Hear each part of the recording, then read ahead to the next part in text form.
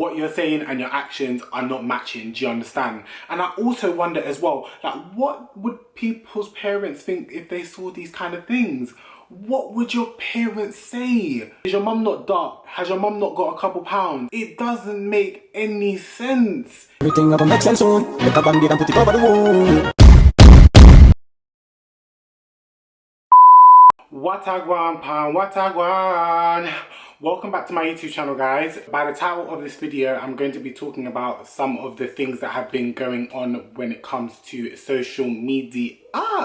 This is literally what everybody has been talking about for the last 24 to 48 hours. Before I get into this video, I know that you lot are going to come and drag me and say, but you bleach, but you bleach, but you bleach. I want to clear up that I can take accountability and say, yes, I do bleach. However, I never hated the shade of my skin. A lot of people are going to say that my goal in bleaching was to lighten my skin and become lighter or whiter, when that is far from the case. I am clearly of a lighter skin than I was before, but a lot of my bleaching had to do with removing self-harm marks, removing burns and scars on my body that I created through being bullied. I was not bullied for my skin complexion, I was bullied for my personality and how I was as a person. Just want to say thank you to everyone that's just been showing me love. Lately, I've just decided that I'm not going to necessarily read comments, my messages are going to be closed, and I'm not going to respond to DMs anymore. I'm going to start off by saying that I'm going to be sitting here as a hypocrite if I don't identify that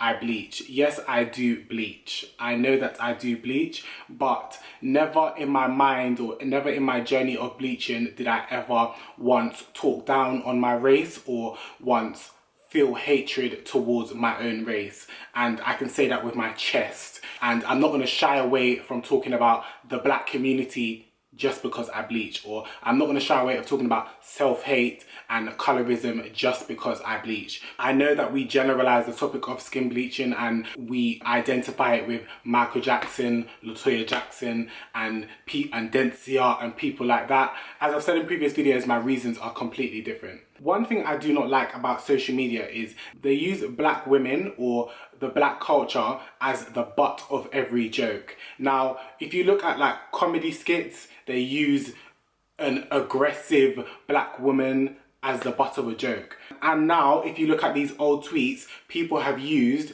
black women or darker women as insults, or using being dark as an insult. It just blows my mind. It blows my mind that these same insults are coming from dark-skinned people. So I always wonder, do you completely leave your own body when you're writing these tweets? Do you not identify yourself when you're writing these tweets? It's all fine and dandy to apologize, but I don't think that an apology is what you should be sending out. You should be letting the world know, I take accountability for my lack of common sense. I take accountability for my lack of love for thyself, and move forward. An apology is not necessarily what the community or what the black community needs. I'm not going to be putting up nobody's tweets. I'm not going to be putting nobody's faces or nobody's names in my video. I think that's childish, and I think it's dumb. It's pointless. It doesn't make any sense. We know what we're talking about and we know what was said.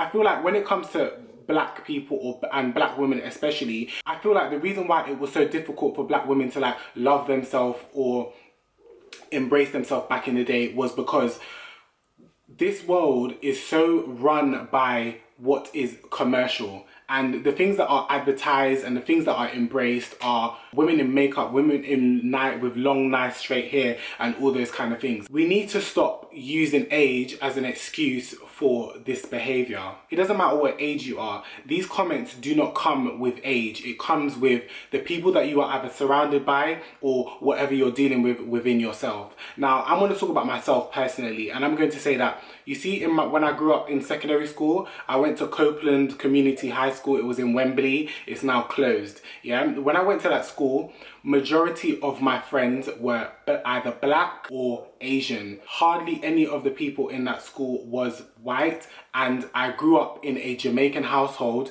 where, with everybody being of different shades, nobody was being a colorist to one another. The same people that are African are talking about their neighbors. It just blows my mind. It's like, how are you talking shit about somebody that is 1 or 2 away from you? And I feel like a lot of the people that make these comments have never been to their own country. In the time when they was releasing these comments and stuff, I felt like they never ever been to their own country. They never ever experienced the rawness of their own race. And that's why I feel like I don't talk about darker skin, I don't talk about lighter skin. I just feel like we're all the same. One thing I can say about my bleaching journey, I can definitely say that race will always and will never not be a sensitive topic. And in that, I respect the people around me. And a lot of you might not believe that. You might think because I put up a video called Skin Bleaching Skin Routine, you might think that I don't respect my community or where I come from. But you don't need to understand I'm a content creator. And if I don't own my shit, or if I don't speak on the shit that you lot can visibly see, it's going to be an ongoing topic. When it comes to my own race, and the fact that I bleach, I respect the people around me. I'm not going to go into somebody's house that does not agree with it, doesn't accept it, and does not understand it, and go and rub bleach on myself. That is disrespectful and it's rude. And I'm smart enough to know that things like bleaching, I can only do in my own 4 walls. A lot of you say, oh, you bleach, but you're still dark. You bleach, but you're not getting lighter. But I've said this multiple times that me using a bleaching cream or a product with bleaching elements in it was never my goal to go lighter, but there were times where I did go out of hand and I was not actually self-aware. The whole black girls are loud, black girls are aggressive, and all these general statements. It irritates me that a black girl can go on a reality show and she is always labelled as aggressive. Oh, I don't like her, she thinks she's nice, da da da da da. But as soon as a white woman, a bit of sass, a bit of attitude, dash a drink in a man's face, or put a middle finger up at a girl, like that is seen as, oh, she's got a bit of spice, and it just does not make any sense to me. Us as black people, we do it to ourselves, and we don't only do it when it comes to race, we do it when it comes to actions as well. When one person acts out in an aggressive way in an incident, black people as a whole is targeted. That one person is not identified for where they went wrong, and that one person is not identified for the stupid thing that they did or lashing out. It's black people as a whole, and we need to stop doing that. We need to stop generalizing what one person does, and we also need to stop attacking people's appearance. Regardless of what race we are, we need to stop using appearance as a way to attack somebody and hit somebody where it hurts. Now, I'm not gonna lie, I have been in situations where I feel like I'm losing, and the only way for me to hurt the person is to attack their appearance or compare them to something that is not desirable. I've done that. I'm fucked up for that, and it needs to change. It needs to stop. It's not cute and it's not nice. A lot of people are going around and doing this whole cancel thing, saying that this person's cancelled, I'm no longer supporting you and whatnot. But as I touched on before, it's like you cannot cancel someone that may have changed their ways or changed their trail of thought. I'm not saying that them tweeting it in their early teenagers is an excuse, but I am saying that you cannot cancel someone for something that they once said. I do feel like people suppress what they say and suppress their viewpoints on things like race and politics and real issues in the world because they either have a brand or they have people watching them or they are signed to certain things. That's why I say going on social media and doing this big long apology is pointless. It's more so a case of you need to take accountability for the things that you said. You need to own your shit. And for the black men that have now switched up and started supporting black women again after their tweets, it don't make no sense. Everything you're saying is not the same as who you are now partnered up with. What you're saying and your actions are not matching, do you understand? And I also wonder as well, like, what would people's parents think if they saw these kind of things?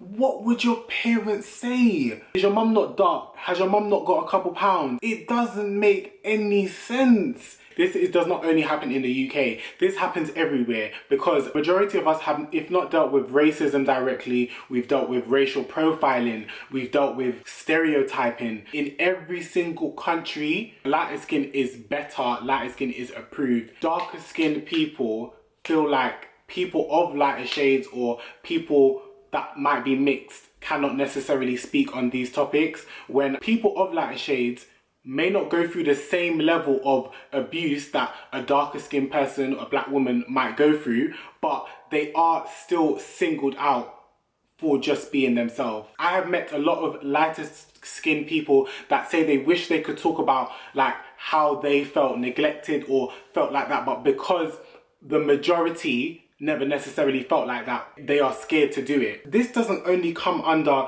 race, you know. People are homophobic or have been homophobic or transphobic in the past, and the shock that they get when their child is now the product, the same things that they was tweeting about. Like, all those things people actually need to take into account. How do you not look back? How do you not identify things that you've done in your past? This is why I say from time to time I reflect on my life. From time to time I look at things that I've done in the past. From time to time I take accountability and identify where I've gone wrong and things that I've done. We need to stop putting people that have large followings, are famous, musicians and whatnot, on these high pedestals. It does not matter if the person has a fan base or a brand. We are all human. Right is right and wrong is wrong. We need to stop doing this whole, oh my God, I never expected it from this person. You know, we are all human. You know, we all do wrong shit. Just because you have loads of followers, it does not mean that it's impossible for them to do something. I don't know if I touched on everything in this video, but I touched on the things that bothered me and the things that I didn't necessarily understand. That was all for this video. Make sure you like, comment and subscribe to the ting, and thank you for the love every time.